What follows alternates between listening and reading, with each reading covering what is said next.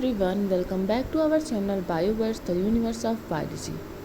और आप सभी का वेलकम है इस नए लेक्चर में, जहां पर हम अब पढ़ेंगे थर्ड यूनिट आपके फोर्थ सेमेस्टर के सिलेबस का। ठीक है, तो इसकी शुरुआत करते हैं सबसे पहले माइक्रोबियल कल्चर के बारे में जान के।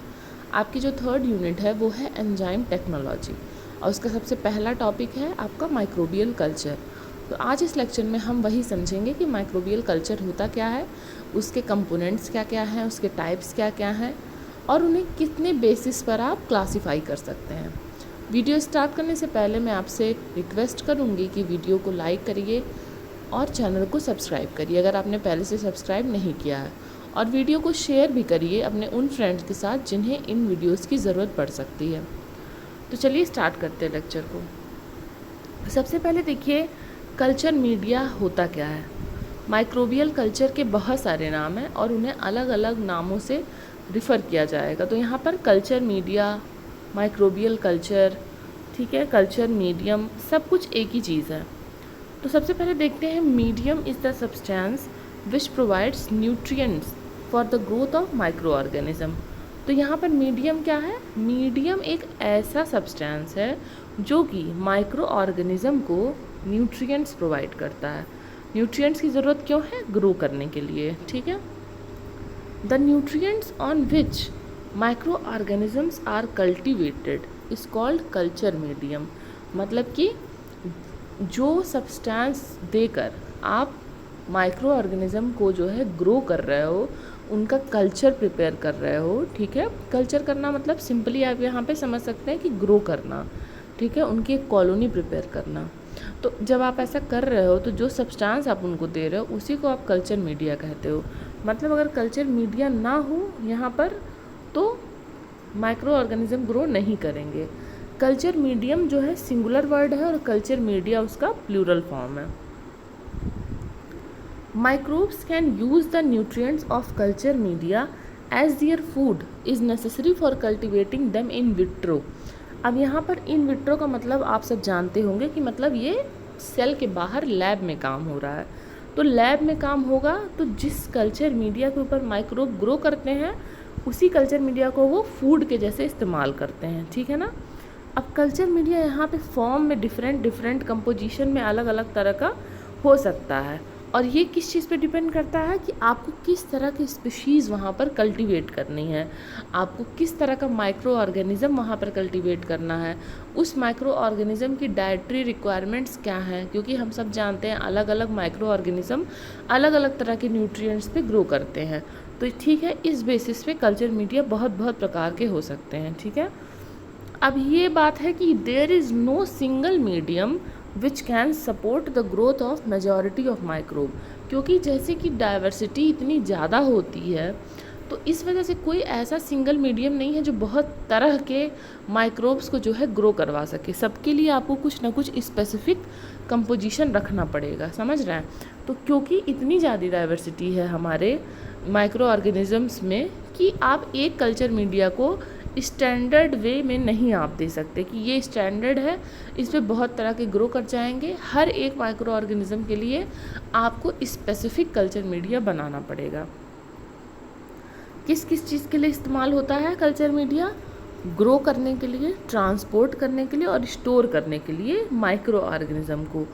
Grow, transport and store. अब देखिए लिक्विड कल्चर मीडियम जो होता है, ठीक है, जो लिक्विड फॉर्म में कल्चर मीडियम होता है उसे हम क्या कहते हैं? ब्रॉथ। ठीक है, और इसको सॉलिडिफाई करने के लिए, मतलब इसको सॉलिड फॉर्म में लाने के लिए क्या किया जाता है?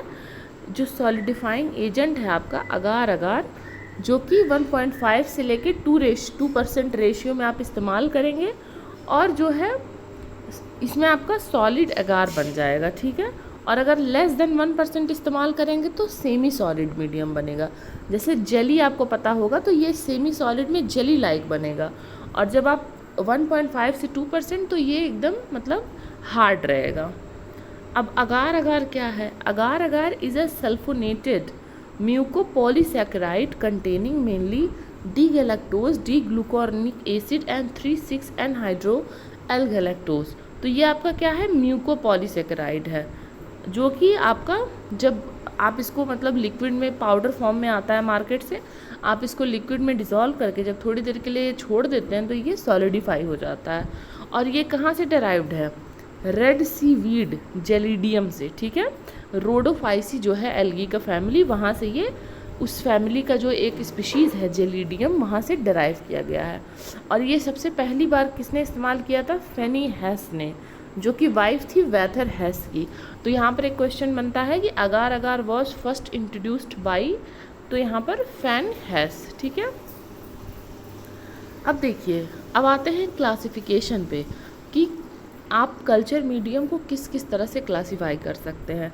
तो सबसे पहले आप बेसिस देखिए कि on the basis of chemical composition, chemical composition के बेस पे 3 तरह से आप डिवाइड कर सकते हैं, नेचुरल, सेमी सिंथेटिक और सिंथेटिक।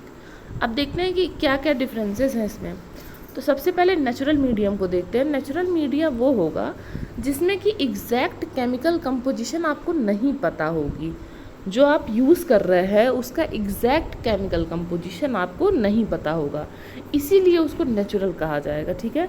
एग्जाम्पल में जैसे मिल्क इस्तेमाल हुआ, urine, diluted blood, vegetable juices, meat extracts, किसी भी तरह का नेचुरल सब्सटेंस यहाँ पे आप ले रहे हैं जिसका आपको एग्जैक्टली केमिकल कंपोजिशन नहीं पता है, तो उसे नेचुरल मीडियम कहा जाएगा।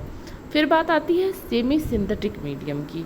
तो यहाँ पर आप समझ सकते हैं कि अगर पार्शियल जो है कंपोजिशन पता है और पार्शियल ऑब्सक्योर है, मतलब नहीं पता है, तो उसको क्या बोलेंगे? सेमी सिंथेटिक कल्चर मीडिया बोलेंगे, ठीक है। इसके एग्जांपल में देखते हैं पोटैटो, डेक्सट्रोज, अगार। अब डेक्सट्रोज अगार का तो यहाँ पे कंपोजिशन पता, पर पोटैटो का नहीं पता, तो इस तरह से ये सेमी सिंथेटिक हो गया। इसी तरह से और भी एग्जांपल्स यहाँ पर आप देख सकते हैं। आपका जेपेक डॉग्स अगार हो गया, ओट मील अगार हो गया, ठीक है, कॉर्न मील अगार हो गया। इस तरह से सेमी सिंथेटिक मीडियम बनाया जाता है। अब बात आती है सिंथेटिक मीडियम की। तो सिंथेटिक मीडियम में क्या होता है? Such media are composed of the substances that are chemically known. तो यहाँ पर आपको पूरी कंपोजिशन अच्छे से पता है होती है और इसीलिए इसे सिंथेटिक मीडियम कहा जाता है। और ये बहुत यूज़फुल होते हैं, ठीक है। आप फिजियोलॉजी पढ़ेंगे, मेटाबॉलिक नेचर पढ़ना चाहें, न्यूट्रिशनल रिक्वायरमेंट पढ़ना चाहें माइक्रोब्स का, तो इन सब चीज़ों के लिए सिंथेटिक मीडियम का इस्तेमाल होता है, ठीक है। और सिंथेटिक मीडियम पे ऑटोट्रॉफ और हेट्रोट्रॉफ दोनों तरह के माइक्रो ऑर्गेनिज्म ग्रो किए जा सकते हैं। एग्जाम्पल देख लेते हैं सिंथेटिक मीडियम का। तो यहाँ पर मिनरल ग्लूकोज मीडियम है, रिचर्ड सोल्यूशन है, रॉलिन्स मीडियम है। तो ये सब एग्जाम्पल हैं सिंथेटिक मीडियम के। तो ये हो गया based on chemical composition. Microbial culture इतने प्रकार के होते हैं। अब चलते हैं कि कंसिस्टेंसी के बेस पे देखते हैं कि कंसिस्टेंसी के बेस पे या फिर स्टेट के बेस पे कितने प्रकार के होते हैं। तो उसमें अगेन 3 तरह के होंगे, लिक्विड होंगे, सेमी सॉलिड होंगे और सॉलिड होंगे। तो लिक्विड में क्या होगा? लिक्विड में आप समझ सकते हैं कि अगार नहीं यूज़ किया जाएगा, क्योंकि अगार यहाँ पर क्या है? सॉलिडिफाइंग एजेंट है, ठीक है। तो अगार इज़ नॉट एडेड और used while preparing the medium. After inoculation and later incubation the growth of cell become visible in the form of small mass on the top of the broth, ठीक है। तो समझ लीजिए ये आपका liquid broth है, ठीक है। जो हमारा लिक्विड कल्चर मीडिया रहता है उसको ब्रॉथ बोलते हैं, आपका लिक्विड ब्रॉथ है। और यहाँ पे जब आप ग्रो करेंगे तो इस तरह से स्पॉट्स के जैसे माइक्रो ऑर्गेनिज्म आपको दिखेंगे, ठीक है। अब सेमी सॉलिड मीडियम देखते हैं। तो हाफ क्वांटिटी ऑफ अगार को ऐड किया जाता है, मतलब कम अमाउंट में, जैसे कि 1%। दिस टाइप ऑफ मीडियम में be selective which promote the growth of one organism and retards the growth of other organism. तो ये सेलेक्टिव मैनर में वर्क करता है, एक ऑर्गेनिज्म के ग्रोथ को प्रमोट करेगा और एक ऑर्गेनिज्म के ग्रोथ को रोक देगा। सॉलिड मीडियम देखते हैं। If agar is added to a nutrient broth it becomes solid medium. अब देखिए लिक्विड ब्रॉथ को यहाँ पर क्या कहा जा रहा है? न्यूट्रिएंट ब्रॉथ भी कहा जा रहा है। तो चीज़ों के जो अलग अलग नाम है उनसे आपको फैमिलियर होना पड़ेगा, नहीं तो आप कंफ्यूज हो जाएंगे, ठीक है। It is used for isolating microbes and to determine characteristic of colonies. It remains solid on incubation and not destroyed by proteolytic bacteria. तो यहाँ पे आपके पास 3-4 इन्फॉर्मेशन आ गई। सबसे पहले किस लिए इस्तेमाल किया जाता है? माइक्रोब को आइसोलेट करने के लिए और उनके कॉलोनी के कैरेक्टरिस्टिक को पढ़ने के लिए। दूसरा हो गया कि इंक्यूबेशन के टाइम भी ये सॉलिड ही रहता है, ठीक है। और प्रोटियोलिटिक बैक्टीरिया के द्वारा डिस्ट्रॉय नहीं होता है। प्रोटियोलिटिक बैक्टीरिया मतलब जो प्रोटीन का लाइसिस करवाती हैं, प्रोटीन को तोड़ती हैं, ऐसी बैक्टीरिया के प्रेजेंट में भी डिस्ट्रॉय नहीं होता है। नेक्स्ट हो गया कि एप्लीकेशन के बेस पे देखते हैं कितने तरह का यहाँ पर मीडिया हो सकता है। तो अभी हमने किसके किसके बेस पे देखा, सबसे पहले तो देखा कि केमिकल कंपोजिशन के बेस पे, फिर देखा कंसिस्टेंसी के बेस पे, अब देखते हैं एप्लीकेशन के बेस पे। ठीक है, सबसे पहले नाम आता है हमारा सेलेक्टिव मीडिया का। सेलेक्टिव मीडिया में क्या होता है, it is used for selected species.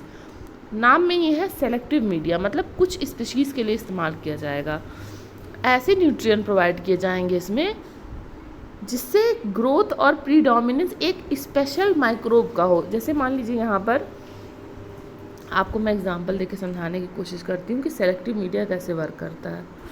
ये देखिए, मान लीजिए ये आपका मीडियम है, ठीक है, ये आपका मीडियम है, यहाँ पर दो तरह के ऑर्गेनिज्म हैं, दो तरह के माइक्रोब का कल्चर है यहाँ पे, ठीक है।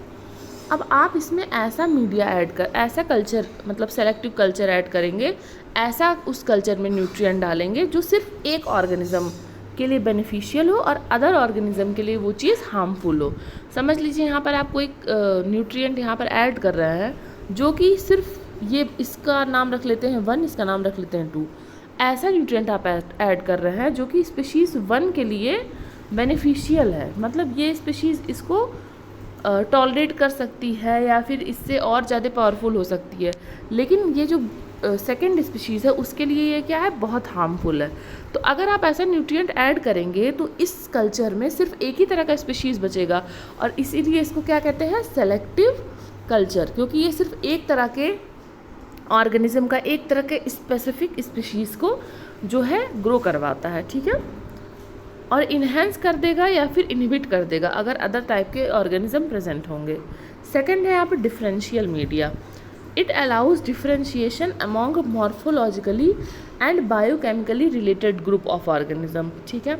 अब जो ग्रुप ऑफ ऑर्गेनिज्म आपके मॉर्फोलॉजिकली भी सिमिलर हैं और बायोकेमिकली भी सिमिलर है, रिलेटेड है एक दूसरे से, तो ऐसे ऑर्गेनिज्म को अलग करने के लिए डिफरेंशियल मीडिया का यहाँ पे इस्तेमाल किया जाता है।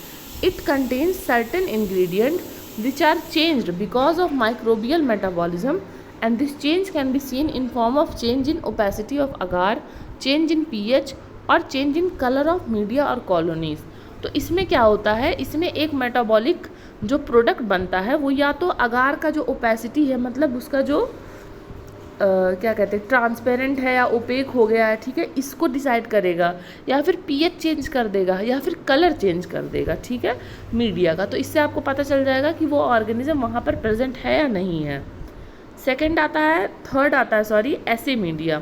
इसमें क्या होता है, media of prescribed composition are used for the assay of vitamin, amino acid, antibiotic etcetera. तो इसमें जो है प्रेस्क्राइब्ड कंपोजिशन होता है, फिक्स्ड कंपोजिशन होता है, ठीक है, और यहाँ पर एक चीज़ को ग्रो किया जाता है। फोर्थ है आपका इन्यूमरेशन मीडिया। इसमें क्या होता है, specific kind of media are used for determining the bacterial population in milk, water, soil and food. तो यहाँ पर क्या हो रहा है, यहाँ पर बैक्टीरियल पॉपुलेशन का डिटर्मिनेशन हो रहा है, और ऐसे मीडिया को हम इन्यूमरेशन मीडिया कहेंगे। फिर फिफ्थ है आपका maintenance media. It is used for satisfactory maintenance of viability and physiological characteristic of micro organism. तो इसमें आप किस चीज़ की रक्षा कर रहे हैं, वायबिलिटी एंड फिजियोलॉजिकल कैरेक्टरिस्टिक्स को मेंटेन करने के लिए जिस मीडिया का इस्तेमाल होता है उसको कहते हैं मेंटेनेंस मीडिया। तो ये था आपका एक क्लासिफिकेशन ऑफ कल्चरल मीडिया, और कल्चर मीडिया होता क्या है उसके बारे में। तो आई होप आपको वीडियो अच्छी लगी होगी, और अभी इस लाइन में और बहुत सारी वीडियोस आएंगे और एक दो प्रैक्टिकल वाले वीडियोस भी आ सकते हैं, ठीक है। तो बने रहिए हमारे चैनल पर और अपना सपोर्ट बनाए रखिए। Keep learning, keep growing. Thank you.